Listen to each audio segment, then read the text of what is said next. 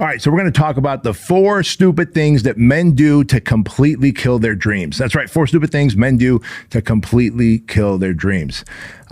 Hey man, I was a big WWE, back in my day it was called WWF fan, so that's where that little announcement came from. But seriously, we want to talk about the 4 stupid things men do to kill their dreams, because in my 51 years, I've come across a lot of men because of the events that I speak at, the events that I run, the places that I go, and I meet so many men who seem defeated, who seem dead, who seem tired, who seem like zombies, and it shouldn't be that way. So if you are doing these 4 things to ruin your life, you can fix them. And if you're a young man and you're just starting out in life and you're like, what can I do to make sure I don't fall into these 4 pitfalls that will ruin my life and kill my dreams? Pay close attention, right? So here we go. Thing number 1 that men do to ruin their life and kill their dreams: they choose the wrong spouse, period. The woman that you choose to be your wife will be the number 1 determining factor of success or failure in your life. Because if you've got someone who believes in your dreams, who gives you peace when you come home, who encourages you and motivates you and inspires you and just puts that wind in your wings, you are going to do better in life. But if you've got someone who's a damsel in distress, where you have to be a Captain Save-A-Ho every time, and you have to deal with drama and chaos and emotional outbursts, and you can't trust them, and they doubt you, and they don't feel as though you have what it takes, and they clip your wings, and they don't let you explore the things that you're interested in terms of making money and the adventures that you want to have as a man, in terms of maybe raising your son and your kids, or just the fitness goals that you might have. I literally know a couple where the woman gets upset when the husband goes to the gym because she is so codependent, she's so needy for his attention, that she gets passive aggressive with him when he goes to the gym. You tell me how that relationship is going to thrive. You tell me how he's not going to resent her and have frustrations with her and ultimately end up leaving her, right? And so the reality is that's the decision that he made. He chose her. And so those of you out there, fellas, if you're like, oh man, you just described my girl, man, that sucks for me. Well, guess what? That is a decision that you made. And you can change that. You can change that by having a conversation with her. You can change that by leaving her. And I hate to say it that way, but at the end of the day, you only have a finite amount of time on this planet. And if you have a dream in your head and heart that you want to accomplish, if you're ambitious, if you have goals, and you made a bad decision in getting into a relationship with someone who is chaotic, who's toxic, who's narcissistic, who is insecure, who is codependent to the point that you can't even go to the fucking gym, then you might want to consider fixing that. Maybe a conversation, maybe therapy for this woman, or maybe the exit, right? These things have to happen, because I would say the same thing to a woman if she came to me and said, hey, look, I've got a dude who's lazy, who's addicted, who just gambles away money, who doesn't go out there and earn, and I feel like I have to make ends meet and I have to do the man work as well. I'd be like, you know what? You better have a talk with this motherfucker, because if he can't get his shit together, then you are going to have to bounce. Because at the end of the day, we only have so much time on this planet, and I want to have the most awesome experience in life that I can have on this planet. I want to serve people. I want to feel that I'm purpose driven. I want to feel that the person that I'm with is someone who believes in me, like I believe in her, and they inspire me and I inspire them. We're self-motivated, we're self-driven, and we want to see each other thrive, right? And so fellas, you did not get into a relationship just to be clipped, if you know what I mean. Most of you felt like you had to save a chick, and she probably came from a bad home or a bad relationship, and now you realize, oh, saving her wasn't what I wanted to do. What I wanted to do is find someone who was equally as driven, equally as ambitious, equally as committed to the self-growth and personal development and self-mastery, so we can rise together, right? That's what you're looking for. So have the conversation. It's worth it. I'd rather have the conversation and rock the boat than be passive-aggressive and let that lead to frustration, and that leads to resentment. And then before you know it, you've left a relationship when it could have been fixed. At least give her the chance.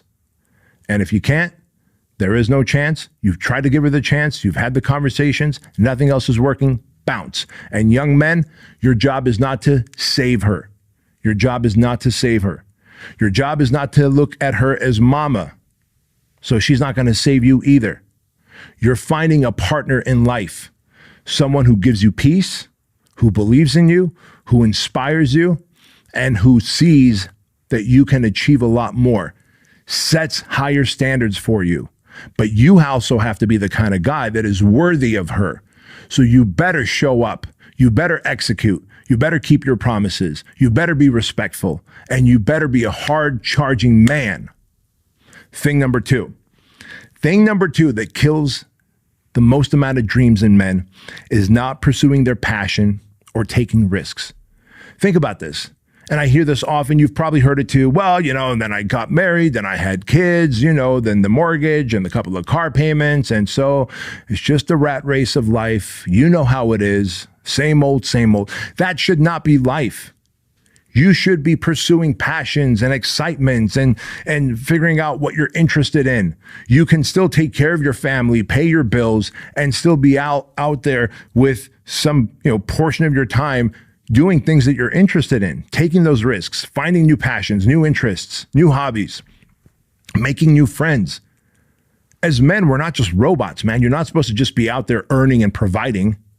That's great. That's formidable. I respect that. But why can't you take some risks? Why can't you pursue passions?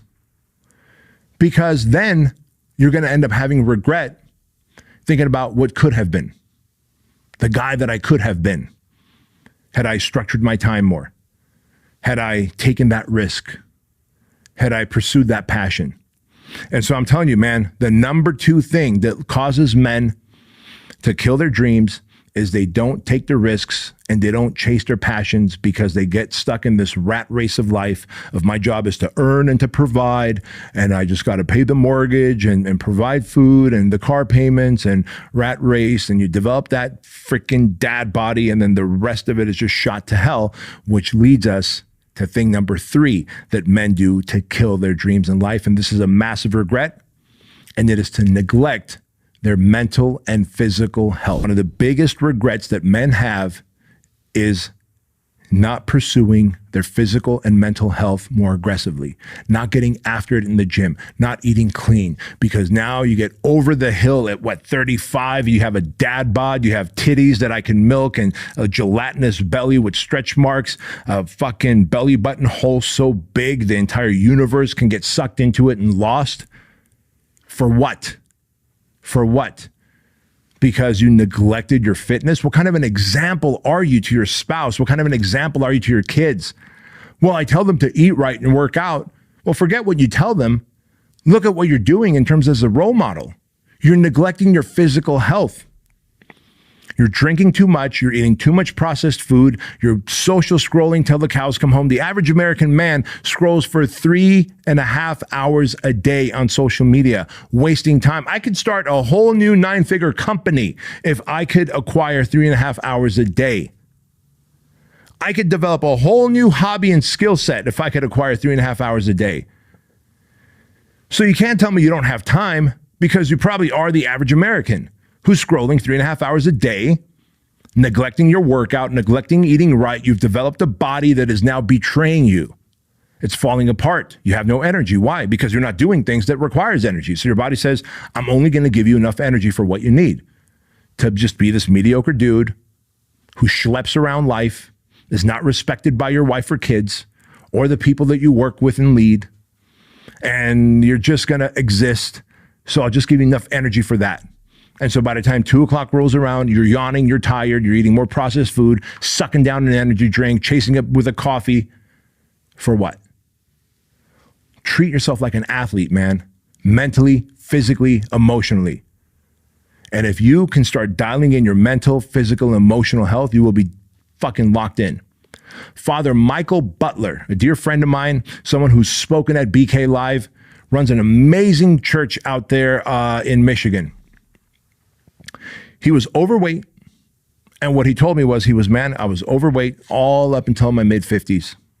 And he goes, if you know what priests wear, we wear this big, giant black gown type thing, right? I don't know what it's called, so if you're watching this on YouTube, leave it in the comments. What is the thing that priests wear? Is that A frock? I don't know. Is it a cloak? I don't know. A big moo-moo? I don't know. But whatever it is, he's like, man, I used to be able to hide my body behind that, under that. And then he told me, he goes, but then I realized for my congregation to bleed, I must hemorrhage, Bedros. I said, so what did you do? He goes, I decided that I'm going to start eating right. I decided that I'm going to work out. And I did that so much that I had the confidence to do my first fitness physique show at the age of 60 or 61 years old. So if you're like, man, it's too late for me, man, I'm 30 something, 40 something, 50 something. Remember, Father Michael Butler got his ass in shape, started eating right, training right, all while working, all while being married, having grown kids, and having an entire church of humans to look after. And he did a fitness competition. So get yourself physically, mentally, and emotionally fit, fellas. And number four, another big mistake, a stupid thing that men do to ruin their life and to kill their dreams is to not make enough money. Where you're going, I just need to make enough X amount of dollars to live, to pay our bills. Not realizing that inflation, again, is around the corner. Not realizing that the next disaster or pandemic or terrorist attack is around the corner. Why is that important for you? Well, it's events like that all of a sudden you lost your job. Or maybe your company got bought out by another company and they're downsizing your department or position. You got to start making more money. Don't just make enough to fill your cup. Make enough money to overflow. Because when your cup overfloweth, then you're able to help others in your circle. Your parents, your spouse's parents, a cause or church or charity that you believe in. You can set your kids up to win in life, to be more successful than you were. Do you know how good it feels knowing that as I grew up as an immigrant in this country, broke and poor, and then I was able to win my financial freedom, that I was able to teach Andrew and Chloe, expose them to people, financially set them up, and teach them how to financially continue to grow in their futures. They are even more successful than I will ever be at a sooner age because I've been able to provide money for them. And through money, give them access and experiences. How cool is that they've been able to experience the entire world, different cultures, different accents, because we've always had them on planes traveling the world. And now one's 17, one's 19 years old, and they're like ready to conquer the world. What a great feeling. Don't for a moment think that money doesn't help. Money helps solve the problem of not having money. Money helps solve the problem of your church or charity needing money. Money gives your parents and your spouse's parents a better quality of life in their twilight years. Money gives you financial security for the future. Money gives you options. Money allows you to not be in debt. Money allows you to not be controlled by the government. And money allows you to set your kids up for the future. So don't just fill your cup up. Let it overflow. Understand how money works. Develop financial intelligence. Because if you don't, then what happens? You're broke, you're in debt, you die, you pass along your broke debt mentality and all of the debt that you were in to your kids. Now, instead of giving your kids a leg up on the future, you actually are detrimental to their future. And I know you don't want that. So guys, those are the 4 things that men do that are stupid, that absolutely kill their dreams, hopes, and future.